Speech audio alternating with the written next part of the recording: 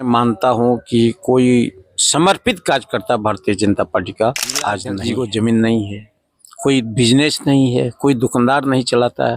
लेकिन आप अड़रिया जा करके देखिएगा, उसका बहुत आलीशान मकान। मैं ये दावे के साथ कह सकता हूं कि कांग्रेस के शासन काल से ज्यादा भ्रष्टाचार आज ये बताना चाहता हूं। कोई भी सिटिंग विधायक हो, सभी आदमी को तो वो खुश कर नहीं सकता। सांसद जी प्रदीप सिंह के द्वारा ये प्रायोजित मतलब विरोध था। ब्राह्मण जात को लोग कहता है कि बुद्धिजीवी जात है। मैं अजय झा को बुद्धिजीवी नहीं मानता हूँ, है ही नहीं बुद्धिजीवी।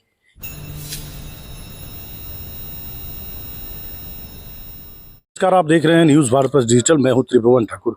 इस वक्त हमारे साथ बैठे हुए जनार्दन यादव जी। जनार्दन यादव भाजपा के कद्दावर नेताओं की श्रेणी में आते हैं और शीर्ष नेतृत्व पर भी इनकी अच्छी खासी पकड़ है। कई बार विधायक रह चुके हैं और इस बार इन्होंने भाजपा की प्राथमिक सदस्यता जो होती है, भाजपा से पूर्णतः अपना रुख दरकिनार कर लिया है। भाजपा को ये छोड़ रहे हैं। आइए जानते हैं इसके पीछे की क्या वजह है, क्या कारण है, क्यों इतनी बड़ी। बहुत बहुत स्वागत है सर हमारे चैनल में आपका। सबसे पहले आपको मैं नमस्कार करता हूँ जी। मैं भारतीय जनता पार्टी की प्राथमिक सदस्यता से त्यागपत्र दे रहा हूँ।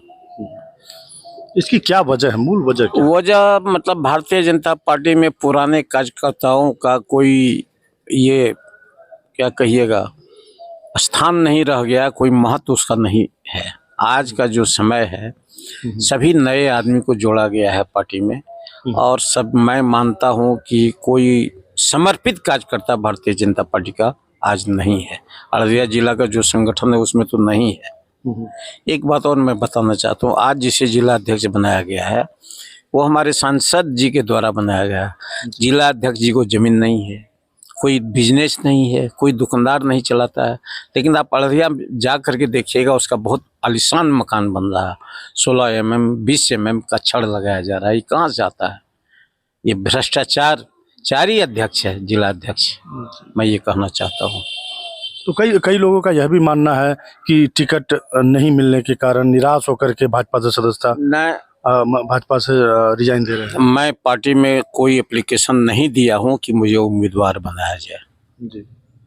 और मैं तंग आ गया हूं, चूंकि हम ये देखते हैं कि आज का जो समय है, 1974 में जो आंदोलन हुआ था जिसमें अब्दुल गफूर जी मुख्यमंत्री थे, लोकनायक जयप्रकाश जी के नेतृत्व में आंदोलन चला। वो भ्रष्टाचार मिटाओ आंदोलन था। लेकिन आज मैं ये दावे के साथ कह सकता हूं कि कांग्रेस के शासन काल से ज्यादा भ्रष्टाचार आज हो रहा है। अंचल जाइए, प्रखंड कार्यालय जाइए, मनरेगा कार्यालय जाइए, यानी जिस कार्यालय में जाइए आप, बिना अर्थदंड लगे कुछ काम आगे नहीं बढ़ता है, नहीं होता है और लोग परेशान होता है। और कोई छोटा मोटा राशि का डिमांड नहीं होता, बहुत बड़ा राशि का डिमांड होता है जो गरीब जनता दे नहीं पाता है। लगातार दो बड़े नेता का आगमन अररिया जिले में हुआ। एक तरफ डिप्टी सीएम आए, एक तरफ नित्यानंद जी आए। दोनों में जो सभा हुई, दोनों में स्थानीय विधायक के प्रति लोगों का आक्रोश पनप रहा है। लोग विरोध कर रहे हैं स्थानीय विधायक का। इसके पीछे की क्या कारण मानते हैं? देखिए, एक बात मैं ये बताना चाहता हूँ, कोई भी सिटिंग विधायक हो, सभी आदमी को तो वो खुश कर नहीं सकता है। बिल्कुल। लेकिन मैं ये कहता हूँ कि आज के तिथि में दोनों विधायक का, फारिसगंज विधायक का और नरपतगंज विधायक का बहुत विरोध है, पब्लिक में बहुत विरोध है। और पब्लिक के द्वारा कोई विरोध वहां नहीं किया गया। मंच के सामने जो विरोध हुआ, ये पब्लिक के द्वारा नहीं किया गया था, ये विरोध प्रायोजित था और हमारे सांसद जी प्रदीप सिंह के द्वारा ये प्रायोजित मतलब विरोध था। आप देखिएगा, आप लोगों के पास फोटो होगा, आप लोग गए होइएगा सभा में, तो कौन कौन चेहरा है उसको देखिए, उसका लगाव किस नेताओं के साथ है इसको तो देखिए, तो आपके समझ में आ जाएगा कि ये प्रायोजित था। नरपतगंज के मंच से अजय झा ने भी बड़ी बात कह दी कि अगर टिकट नहीं मिलता तो आत्मदाह कर लेंगे। देखिए, एक बात मैं बताना चाहता हूँ, ब्राह्मण जात को लोग कहता है कि बुद्धिजीवी जात है। मैं अजय झा को बुद्धिजीवी नहीं मानता हूँ, है ही नहीं बुद्धिजीवी। क्या करता है क्या नहीं करता ये मैं नहीं कह सकता हूँ। लेकिन अगले बार लोकसभा चुनाव से पहले हमारी उनसे बातचीत हुई थी, वो जनेऊ निकाल करके कसम खा के कहता था कि मैं प्रदीप सिंह का विरोध करूंगा।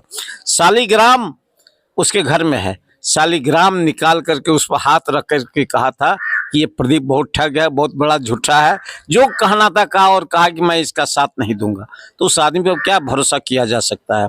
जो आदमी शालिग्राम को छू करके कसम खाया, जनेऊ जो ब्राह्मण जाति के या किसी भी जाति के जो जनेऊ पहनता है उसका एक महत्व है, उसको निकाल करके हाथ में लपेट करके कसम खाया, तब उन्होंने फिर प्रदीप सिंह को साथ दिया। तो उस आदमी पर क्या भरोसा और क्या विश्वास किया जा सकता है? वो तो प्रदीप सिंह का पट्ठा है। तो मूल बात यह कह सकते हैं कि आप प्रदीप सिंह से नाराज चल रहे हैं और जिसके कारण नहीं, ऐसा है कि प्रदीप सिंह भारतीय जनता पार्टी का कार्यकर्ता पहले नहीं था। मैं ये आरोप भारतीय जनता पार्टी पर लगा रहा हूँ कि उसको अपना बेटा अच्छा नहीं लगता है, पराए घर का बेटा जो आता है उसको अच्छा लगता है, उसको ऊंचा ऊंचा पद पर देता है। आज आप जानते हैं कि प्रशांत किशोर जी ने आरोप लगाया सम्राट चौधरी पर, कितना पढ़ा लिखा है नहीं है, किस दल में था, कौन दल वो नहीं घुमा सो बताइए। कांग्रेस में नहीं गया कि राजद में नहीं गया, किस दल में नहीं गया, जदयू में नहीं गया, सभी दल में घुमा है उन्होंने। आज वो बड़ा नेता हो गया है। अब कोई कहेगा कि जनार्दन यादव जाकर के उसका चमचागिरी करेगा, तो ये तो नहीं हो सकता है। आज बैठक है प्रदेश में और सम्राट चौधरी के निवास पर बैठक है जी। हम उस बैठक में नहीं गए।